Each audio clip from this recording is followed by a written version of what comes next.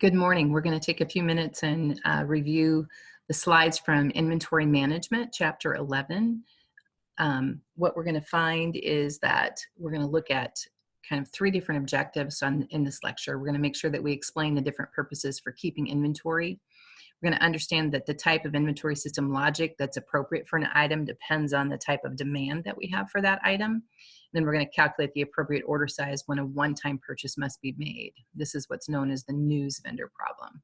Okay, so let's just generally talk about inventory to begin with. So inventory, if you think about inventory in a facility, it can be thinking of just stacks of money sitting on forklifts, shelves, in trucks, and in planes while in transit. Many organizations think of inventory as kind of an evil thing, and I think we have to be aware of the fact that it's not evil; it's a tool, right? And so we have to decide best how to use that tool in our organizations. So, for many businesses, inventory is the largest asset on the balance sheet at any given time. And once you create a product and put it in inventory, or you buy inventory, it's difficult to convert that back to cash. So you want to try to get your inventory down to a reasonable level. And I say reasonable, I'd like to share the story of one of the reasons that I was offered a position at Pella in Murray, Kentucky, is because the gentleman that was there before me had the perspective that, his job was to get inventory as low as possible. So what would happen is he would get inventory low, so he would be meeting that metric, but then the plant would be shutting down in the middle of the week, different production lines, because they didn't have inventory to run their production schedules. And then imagine how happy people are that they have to come in on Saturday to complete their production schedules because they didn't have inventory in the middle of the week, right? And so again, we have to be careful that we have the right metrics. So a metric that says I'm going to be measured on how low I keep my inventory, as opposed to whether or not we're doing the best thing for the organization overall. Okay. All right. And then just a kind of a general comment, the average cost of inventory in the United States is 30 to 35% of its value. So when we think about how we manage inventory, we're going to learn about three different types of inventory models. We're going to talk about a single period model, which is used when we make a one-time purchase of an item. So think about newspapers, right? So every day if I sell newspapers, that set of newspapers is really valuable the day that I'm selling them, not so much a day later, and especially not 2 days later, right? And so we think of that as a single period model, okay? And so this model is also known as the news vendor problem. Another inventory model that we use is a fixed order quantity model. And so we use it when we want to maintain an item in stock.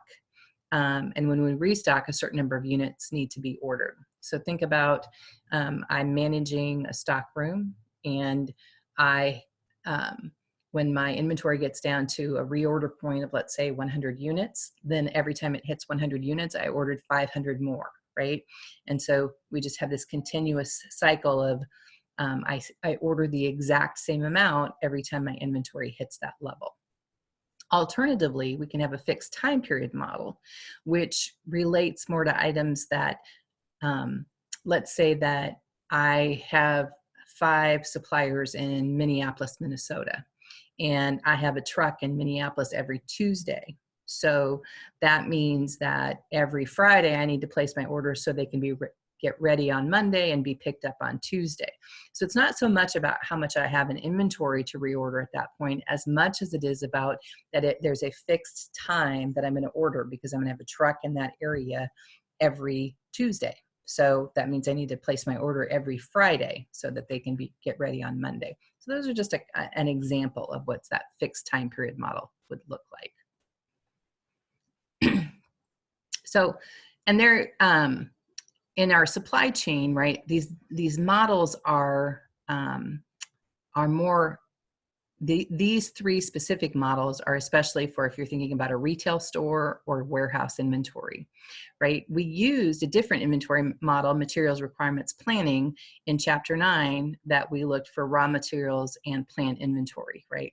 That's a dependent demand kind of item, as is this. So some of this is dependent demand and some of it is not, right? But kind of the difference is this has an MR or an ERP system that helps us drive that, right? And then when we can't have an ERP system, but we can use these different fixed order quantity or fixed time period quantity to help us drive our ordering systems, okay? All right. So if I were standing in front of you, sometimes I try to identify slides that you can almost be assured there'll be a multiple choice question on the exam. This would be one of those questions, or one of those slides where you would see a question. This one and the next one for sure. Okay, so we use inventory for a variety of purposes. One is that we want to maintain an independence of operations. So we can do that at the work center level or at the workstation level. So for example, on production lines at Pella, between workstations, they have work in progress. Usually they try to keep it to 1 or 2 units between each workstation. So that way, if there's a little hiccup in one workstation versus another, it allows for this continuous flow of product through the production line. We also use it to meet variation in product demand. You think about things that have high demand maybe in the summertime that don't in the wintertime. So anything to do with construction, again, windows. So we would often build windows in January, February to keep kind of people busy and to stock our warehouse, so that then when we got into our busy season, we could pull from inventory to kind of balance that demand that would be above our production capacity. We also want to use it to allow flexibility in production scheduling. So the stock of inventory can relieve pressure on the production system so that we can get goods out, okay? And we want to use it to provide a safeguard for variation in raw material delivery time. One of the examples I like to use there is we had a supplier of our cut stock, which is just the raw wood that we would use when I worked out of the Story City plant. And that facility was in North Dakota that supplied that. So in the wintertime, right, we would hold more inventory in case we had snowstorms that would create challenges for us. So we might hold 5 to 7 days of inventory, whereas in the summertime we would roll that back to 2 or 3 days of inventory because we wouldn't have those issues in the summertime. So again, that's how you can use your inventory in a safety stock capacity, right? And then you can use it to take advantage of economic purchase order sizes. So as an example, an organization might tell you that if you buy, maybe you only need 700, but if you buy in a quantity of 1,000, they'll give you a 3% discount. Well, you may decide that that's worth the interest on that to go ahead and purchase that inventory in lots of 1,000. And that's in fact one of the things that we'll be looking at is economic order quantity, and then how we would determine if having a larger lot size would be of value to us. One of the things that we're going to learn in this particular chapter. Okay, and again, here's a slide that if I were in class, I would say you can count on there being a multiple choice question on. It's what are the inventory costs? What are the components of that? And it's not just enough to know holding, ordering, setup, and shortage. You need to know what they specifically are. So holding or carrying costs include storage, handling, insurance, etc., right? Setup or production costs. So if setup costs are low, no one cares if you produce small batch sizes. If setup costs are high, small batch sizes are a much bigger deal. And what I mean by setup costs, so when you transition from one manufacturing product to another, then you have to reset the tools on the production line. And if that's an easy switch, it's no problem. But if you're working in an organization that it takes a full day to make that changeover, that means that you don't want to do that very often, right? And so that's again one of the things that we look at there. Okay. Also under setup costs, right, we would consider that each time you place an order, there's managerial and clerical costs, which are a part of the setup costs. Okay. Oh, I'm sorry. I meant to say under the ordering costs, right? Each time you place an order, there's managerial and clerical costs associated with that.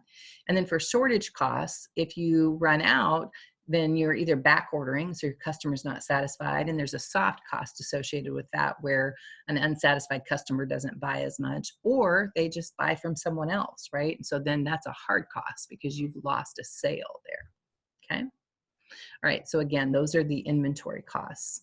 We've talked before about the different types of demand. We have independent demand, and that's, again, the type of demand that we forecast, right? So if I'm at Walmart and I have bicycles, I'm going to forecast that bicycle production.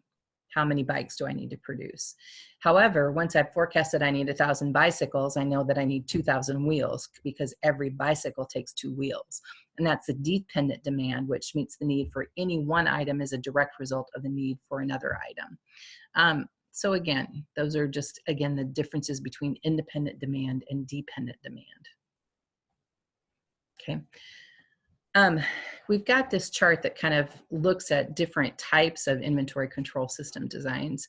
And you can see, you know, kind of on the diagonal, usually that what we're saying there is that that's a good fit. So we look at that and say, we have up in the upper left-hand corner, we have a manual 2-bin system, which would say it's independent demand and the transaction costs are high. So we're going to take kind of this approach to just using a bin system that once we run out, we replace the bin. As our transaction costs get lower, right, we move down the diagonal and we look at, we might use a reorder point or an equal order period, right? So that's when we start to talk about fixed order quantity. And then again, as transaction costs continue to get lower and the obsolescence of inventory gets lower, right, we start to use our materials requirement planning system, like what we used in the SAP system, okay? And then there's also something called rate-based synchronous planning, and that's more, again, for those continuous flow type of environments, okay? So I don't know that I've got a particular question on this. I think it's just a good kind of visual to understand the differences between these different types of inventory control systems, okay? The three that we want to focus on, the 3 types of inventory systems we want to focus on in this chapter are single period inventory model, and then we have 2 multi-period inventory models, okay? One of them is a fixed order quantity, which we call that event triggered. That means that when we run out of stock, we're going to reorder. Or we have a fixed time period model, which is time triggered, right? And so that means that if I have that truck in Minneapolis every Tuesday, that means I need to place that order every Friday. So that's triggered by time. So again, we have the 3 types: single period inventory model, which is also known as the news vendor problem; one-time purchase decision, right? And that one-time purchase decision example could be, let's say, Halloween costumes. Again, when I buy them, I'm buying them for that one-time event. Or concert shirts that have dates on them, right? Those types of things are single period inventory model examples. And what we're trying to do there is we want to balance the cost of having an inventory overstock. What if we buy too much versus the cost of balancing that against the cost of what if we don't have enough, okay? So